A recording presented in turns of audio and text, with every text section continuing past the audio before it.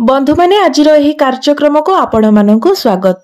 आजिर एही कार्यक्रमटी मिथुन राशि व्यक्ति विशेष मानक पई बहुत गुरुत्वपूर्ण अटे। आजिर एही वीडियो रे आमे माने जानिबा आसीबाकु जाउथिबा 2025 मसिहा रे आपणक जीवन रे केउ 6टी बड़ घटना घटिबाकु जाउछि, जहा निश्चित भाबरे आपणक जीवन रे एही 2025 मसिहा रे घटिक ही रहिबो। ग्रह मानकर गोचर अनुसार निश्चित भाबरे एही 6टी बड़ घटना आपणक जीवन रे एही 2025 मसिहा रे घटिबाकु जाउछि। तो बंधु माने जदि आपणकर मिथुन राशि होइथाय तेबे वीडियोटी को स्किप न करी थरे मात्र शेष पर्यंत निश्चय देखंतु एवं वीडियोटी को लाइक करी चैनल टी को सब्सक्राइब करि दियंतु एवं भक्ति एवं श्रद्धार सहित कमेंट बॉक्स रे जय श्री जगन्नाथ निश्चय लिखंतु। तो बंधु माने आजिर एही वीडियो रे मो आपण मानक पई जेउ 6टी भविष्यवाणी कहिबाकु जाउछि ताहा आपणकर स्वास्थ्य, शिक्षा, प्रेम जीवन, वैवाहिक जीवन, भाग्य, क्यारियर एवं व्यापार वाणिज्य उपरे आधारित अटे। आपणकर पर्सनल लाइफ हेउ किंबा प्रोफेशनल लाइफ हेउ ताहा एही 2025 मसिहा रे किभଳି भाबरे रहिबो से विषय रे आजिर एही भिडियोटी आधारित अटे। तो बंधु माने आसंतु आरंभ करिबा आजिर एही कार्यक्रमटी को जहाकि जन्म राशि एवं चंद्र राशि उपरे आधारित अटे। तो बंधु माने राशि चक्र 12 गोटे राशि मध्यरु तृतीय राशि हेउछि मिथुन राशि। तो वर्षर आरंभ रे आपणकर द्वितीय भाबरे विराजमान थिबे मंगल, चतुर्थ भाबरे विराजमान थिबे केतु, सप्तम भाबरे विराजमान थिबे सूर्य, नवम स्थान रे विराजमान थिबे शनि, दशम भाबरे राहु एवं आपणकर द्वादश भाबरे गुरु विराजमान थिबे। तो आसंतु जानिबा सबुठारु प्रथम भविष्यवाणी कोन अटे। तो बंधु माने मिथुन राशि व्यक्ति विशेष माने जो माने अविवाहित अटंती 15 मे 2025 पर जेतेबेले गुरु आपणकर प्रथम भाव को चलन करिवे तो सप्तम दृष्टि रे आपणकर सप्तम भाव को देखिबे। निज गृह रे ही तांकर दृष्टि रहिबो, अर्थात आपणकर गुरु शुद्धि होई जिवो, जहा फल रे कि आपणक पई प्रस्ताव आसीबो एवं आपण इच्छा करूतिबा स्थान रे आपणकर विवाह मध्य होई जिवो। अर्थात मिथुन राशि जो व्यक्ति माने अविवाहित अछंती 15 मे 2025 पर आपणकर विवाहर जोग खोली जिवो। तापरे संपूर्ण वर्षटी रे आपणकर विवाह जोग रहुची। तो 15 मे 2025 पर आपणकर निश्चित भाबरे विवाह होई जिवो। एबे आसंतु जानिबा द्वितीय भविष्यवाणीटी कोन। तो आपण माने जानि रखिबा उचित जे 2025 मसिहार मध्य भाग पूर्वरु आपणकर वैवाहिक जीवन हेउ किंबा आपणकर प्रेम जीवन रे हेउ किछिटा समस्या उत्पन्न होई पारे एवं एही समस्यार कारण मध्ये आपण निजे ही बनिबे। आपणक राशि रे वर्तमान नाही कोनोसी शनि 7.5 अछि, नाही कोनोसी शनि 2.5 अछि। आपणक कुंडली संपूर्ण रूप रे शनि दशारो वर्तमान मुक्त अटे, मात्र आपण निजे ही ए सब समस्यार कारण बनिबे। कारण मिथुन राशि को दुई स्वभाव राशि माना जाय थाए। बेले बेले आपण चालुथिबे एवं बेले बेले हठात स्थिर होई जिबे एवं आपण प्रायतः कोन करंती ना दुई नारे पाद दे दियंती, जहा फल रे आपण ही असुविधा रे पड़ी थांती। सेति पय आपण निजको स्टेबल करबा पय चेष्टा करंतु, निज भितरे एकाग्रता रखंतु, नचेत आपण को बहुत गुडे समस्यार सामना करबा को पड़ी पारे। पुराना कथा को आपण बारंबार दोहरांतु नाही एवं प्रत्येक स्थल रे निज इच्छा अनुसार समस्त को चलाइबा पय मध्ये आपण चेष्टा करंतु नाही। तेबे एभली समस्या आपणको वर्षर मध्यभाग पूर्वरु देखिबाको मिली पारे। सेथिपय आपण पूर्वरु ही सतर्क होई जिबा उचित। निज भितरे एकाग्रता रक्षा करंतु एवं सब कथारे निज अनुसार समस्त को चलाइबा पय चेष्टा करंतु नाही। तो एपरि जदि आपण निजको स्टेबल करंती एवं ए सब जिनिस को दृष्टि रे रखंती तेबे आपणकर वैवाहिक जीवन एवं प्रेम जीवन ठीक ठाक रहिबो। नचेत आपणक पय ही आपणकर वैवाहिक जीवन रे एवं प्रेम जीवन रे समस्या उत्पन्न हेबो। तृतीय भविष्यवाणी हेउची राहु आपणकर दशम भाବରେ विराजमान अछंती, जे कि आपणको बहुत चतुर, चालाक, शार्प एवं टैलेंटेड बनाइछंती।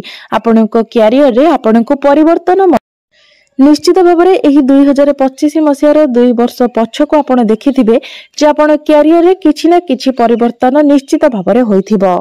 जदि आपणकर कोनोसी परिवर्तन होइनी तो 18 मे भितरे निश्चित भाबरे किछि ना किछि परिवर्तन आपणकर क्यारियर रे होई कि ही रहिबो। तृतीय भविष्यवाणी हेउची राहु जेतेबेले आपणकर नवम भाव को आसीबे 18 मे को सेतेबेले आपण निज पितांक सहित आर्गुमेंट करबा ठारू दूरे रुहंतु एवं जदि आपण कोनोसी शुभ मांगलिक कार्य करूछंती तो तरबरिया भाबरे से सब कार्य करंतु नाही, कारण सेठारे आपणको क्षतिर सामना करबाको पड़ी पारे। बंधु माने नवम भावटी होइताय भाग्यर भाव। तो भाग्य सह जड़ित प्रत्येक कार्य रे आपण भाबी चिंती डिसिजन नेबा उचित, कारण आपणक नवम भावरे अर्थात भाग्य स्थान रे जदि राहु विराजमान रुहंती तो से आपणकर प्रत्येक कार्य रे निश्चित भावरे बाधा विघ्न सृष्टि करिवे। तो राहु आपणकर एठारे 1.5 वर्ष पर्यंत जेहेतु रहिबे तो 1.5 वर्ष पर्यंत आपणको प्रत्येक क्षेत्र रे सतर्कता अवलंबन करिवार अछि। आपण जहाँ भी किछि डिसिजन नेउछंती भाबी चित्ती डिसिजन नियंतु, कारण राहु प्रत्येक कार्य रे आपणकर बाधा विघ्न सृष्टि करिवे।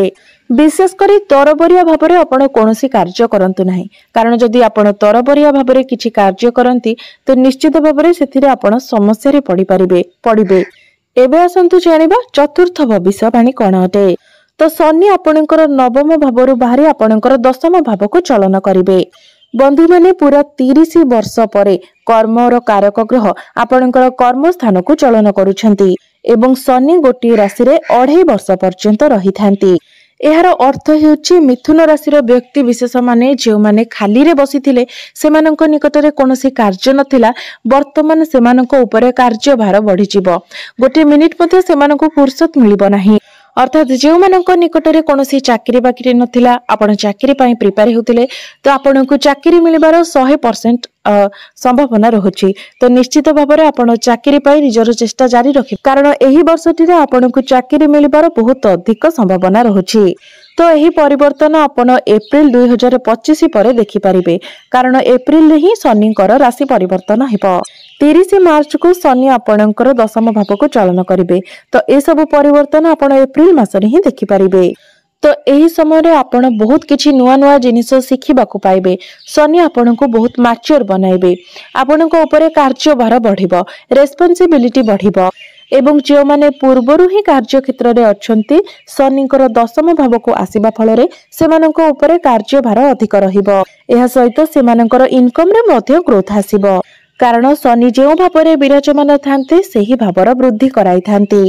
तो यही समय आपण निजर क्यारियर रे अधिक टाइम देबे, एमिति कि ओवर टाइम मध्य देबे।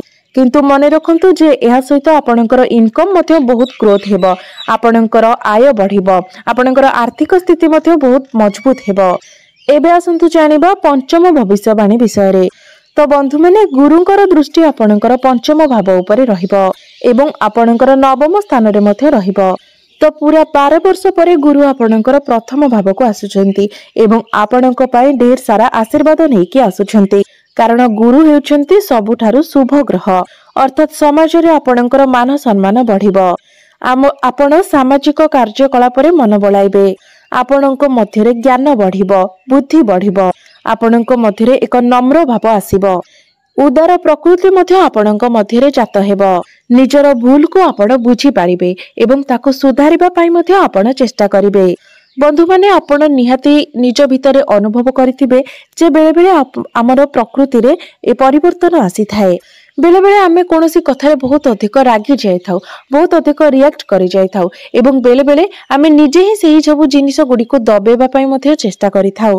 तो गुरु जते बेले आपणकर प्रथम भाव को आसीबे, आपणक मध्यरे एही सब नेचर देखा देबो। गुरु आपणक ज्ञान प्रदान करिवे, उदारता प्रदान करिवे, आपणक नम्र बनाइबे, बुद्धिमान बनाइबे। एहा सहित मिथुन राशि व्यक्ति विशेष मानक पई संतान पक्ष को नेकी मध्य समय बहुत भल रहिबो।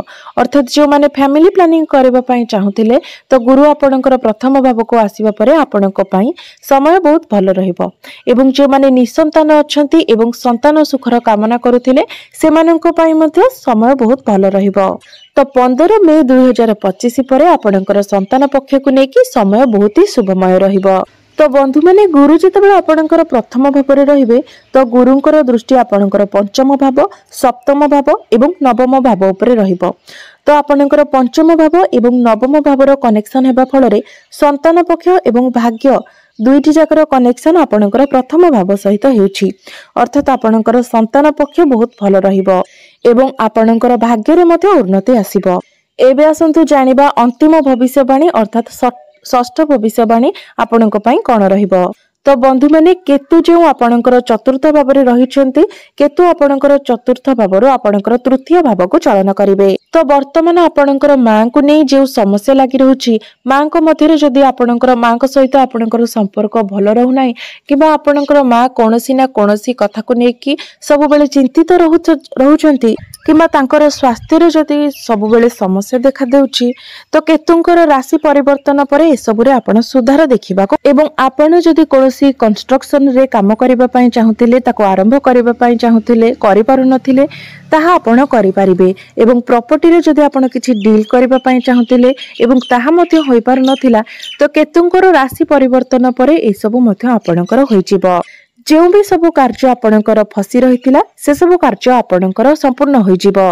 आपण जदि कोनोसी भी प्रॉपर्टी किनिबा पई चाहुतिले जानवाहन किनिबा पई चाहुतिले कोनोसी इलेक्ट्रॉनिक्स जिनिस किंबा लुहा जातीय जिनिस आपण जदि किछि किनिबा पई चाहुतिले तो आपण मध्ये ताहा किनि परिबे जाकि मार्च मास ठारो आपणक जीवन रे सब परिवर्तन आसीबो।